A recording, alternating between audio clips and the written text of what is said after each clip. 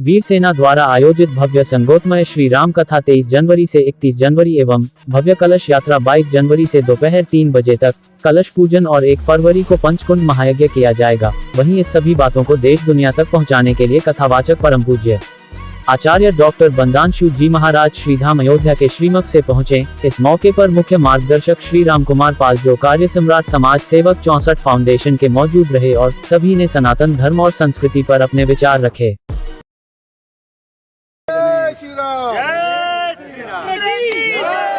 हनुमान की जय, उमापति महादेव की जय। जय श्री राम, जय श्री राम, हर हर महादेव, हर हर महादेव। रानी माता की जय, उमा देवी माता की जय, आई माता की जय, वाले की जय।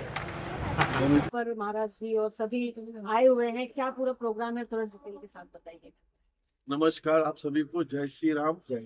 और अयोध्या से हमारे राष्ट्रीय कथाकार श्री चंद्रांशु महाराज जी आज पधारे हैं और यहाँ इनकी 22 से 31 कथा होनी है, उसी संदर्भ में पीसी रखी गई है। और विशेष कथा के यजमान ठाकुर साहब जो है, उन्होंने हमें विशेष योगदान और जगह का पर्याप्त दिया है। तो सिद्धार्थ जी को भगवान राम का कोटि कोटि आशीर्वाद मिले।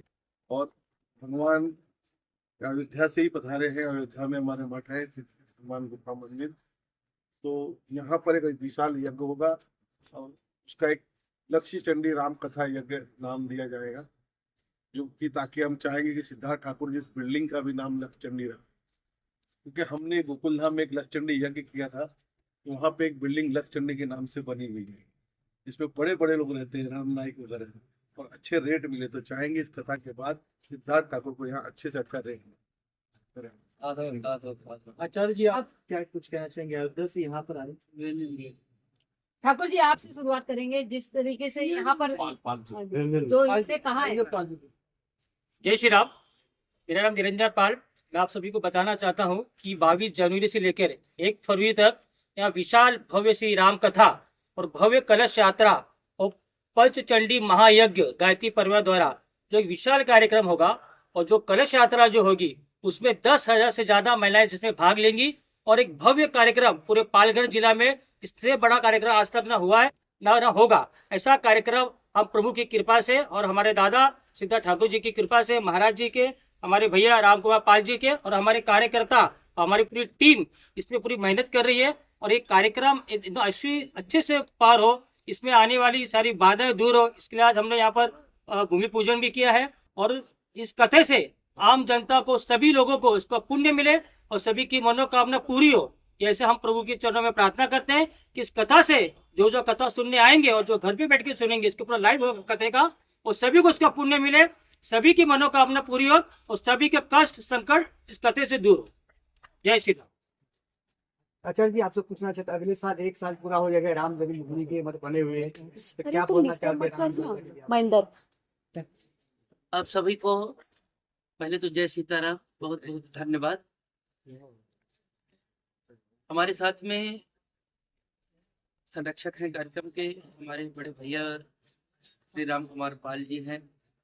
इस जगह के जो मालिक है वो सिद्धार्थ जी साथ में है। कार्यक्रम के संयोजक निरंजन पाल जी आपके साथ में है, जिनको आप लोग सुन ही रहे थे।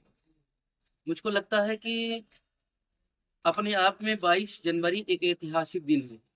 जैसे भगवान राम के प्रागट्योत्सव का दिन रामनवमी है, वर्षों से जिस तरह से हम लोग मनाते आ रहे हैं, वैसे ही 22 जनवरी भी है, क्योंकि भगवान राम का 14 वर्ष का वनवास और उसमें जितनी विघ्न थी, समुद्र पर सेतु बनाने तक को लेकर के, रावण को मार करके रावण दहन तक, फिर राम राज्य की परिकल्पना को, लगभग इस कलयुग में 550 वर्षों तक भगवान राम के मंदिर तोड़ने के बाद में भी, और मुझको लगता है सांस्कृतिक लड़ाई की सबसे बड़ी जीत के रूप में राम मंदिर हम लोगों के सामने है।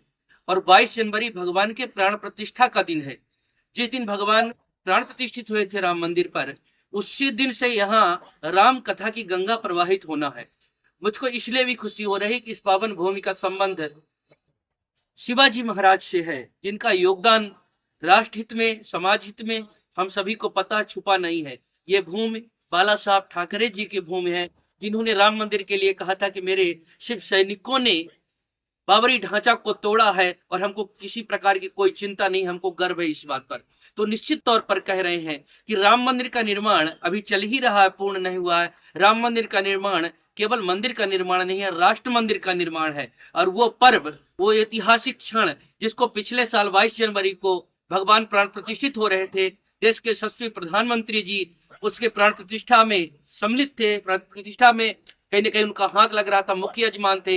हमारे प्रदेश के यशस्वी मुख्यमंत्री योगी आदित्यनाथ जी उसके साक्षी थे और हम सब वहां खड़े होकर के साक्षी थे, देख रहे थे, उसमें व्यवस्था में थे, दर्शन कर रहे थे।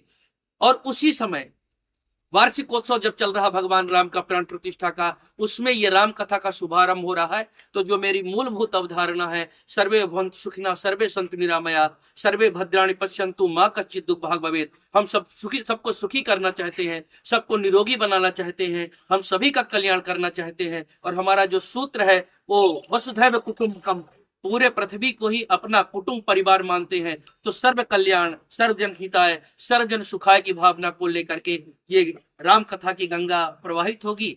और आप जानते हैं राम कथा कल कामद गाई, कामना, कामद का मतलब है संपूर्ण कामनाओं को पूर्ण करने वाले। किसी प्रकार का कोई कामना है तो ये कथा उसको भी पूर्ण करती है, किसी का कुछ भी मनोरथ है ये कथा उसको भी पूर्ण करती है। और एक बात यहाँ के लोगों को लगता है, यहाँ जनजीवन ज्यादा भाग रहा है, ज्यादा कहीं न कहीं व्यस्तता बनी हुई है। और रामचरितमानस ही नामा सुनत श्रवण पाई विश्रामा, भगवान की कथा थोड़ी हृदय को विश्राम देने वाली है। हम मंगल ग्रह तक पहुंच गए, जीवन में मंगल कैसे आएगा, वो राम कथा ही जीवन में मंगल ला सकती है। इसलिए यहाँ पर हम राम कथा, श्री राम महायज्ञ सृष्टि का कहीं ना कहीं शुद्धिकरण के लिए, स्वस्थ प्रकृति के लिए हम लोग भव्यता के साथ, शुद्धता के साथ करेंगे। ये हमारा मूल उद्देश्य है। सिद्धार्थ जी, आज भूमि पूजन है, काफी महाराज जी है अयोध्या से, क्या बोलना चाहते हैं आज भूमि पूजन के लेकर? सर्वप्रथम मैं अभिनंदन देना चाहता हूँ और शुक्रिया कहना चाहता हूँ राजकुमार जी, गुरु जी, निरंजन। ये एक परिवार जैसे मोहनदास सुल्तान जी, गाँव का नाम पहले सुरपारक था, सुरपुर ऐसा करके हमारे गाँव को जाना जाता था।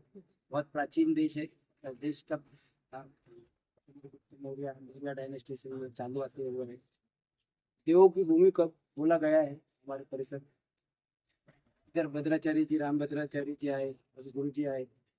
ये बहुत पावन अवसर है कि हमें भी इस चीज का कोई छोटा सा भाग, कुछ योगदान दे पा रहे। अच्छा फील होता है। सब लोगों को मैं आग्रह करूंगा कि इसकी संधि ली जाए और जैसे ही उन्होंने बोला लाइफ में ठहराव लाए, शांति लाए, ऐसे ही मनोकामना करता हूँ। सिद्धार्थ जी, आज आपको एक किसी बड़े खुशी का दिन है कि एक साथ एक छत के नीचे इतने महान लोग आए हैं, आप पूजा के भी अवसर है। क्या कार्यक्रम इससे आगे क्या है, नेक्स्ट क्या है कार्यक्रम? पर्टिकुलरली हम आज जनता के बीच में आ जाके जो प्रसार और आज जो लाइफस्टाइल जी रहे, उसमें से जो ठहराव ये कथा लाती है, सबको आज कोई ना कोई सामाजिक काम, कोई धार्मिक काम, ये सब से हमारा परिवार हमेशा जुड़ा हुआ है। ये और अच्छा लगता है कि मैं उसका छोटा सा जो भी पात्र प्ले कर सकता हूँ करता हूँ।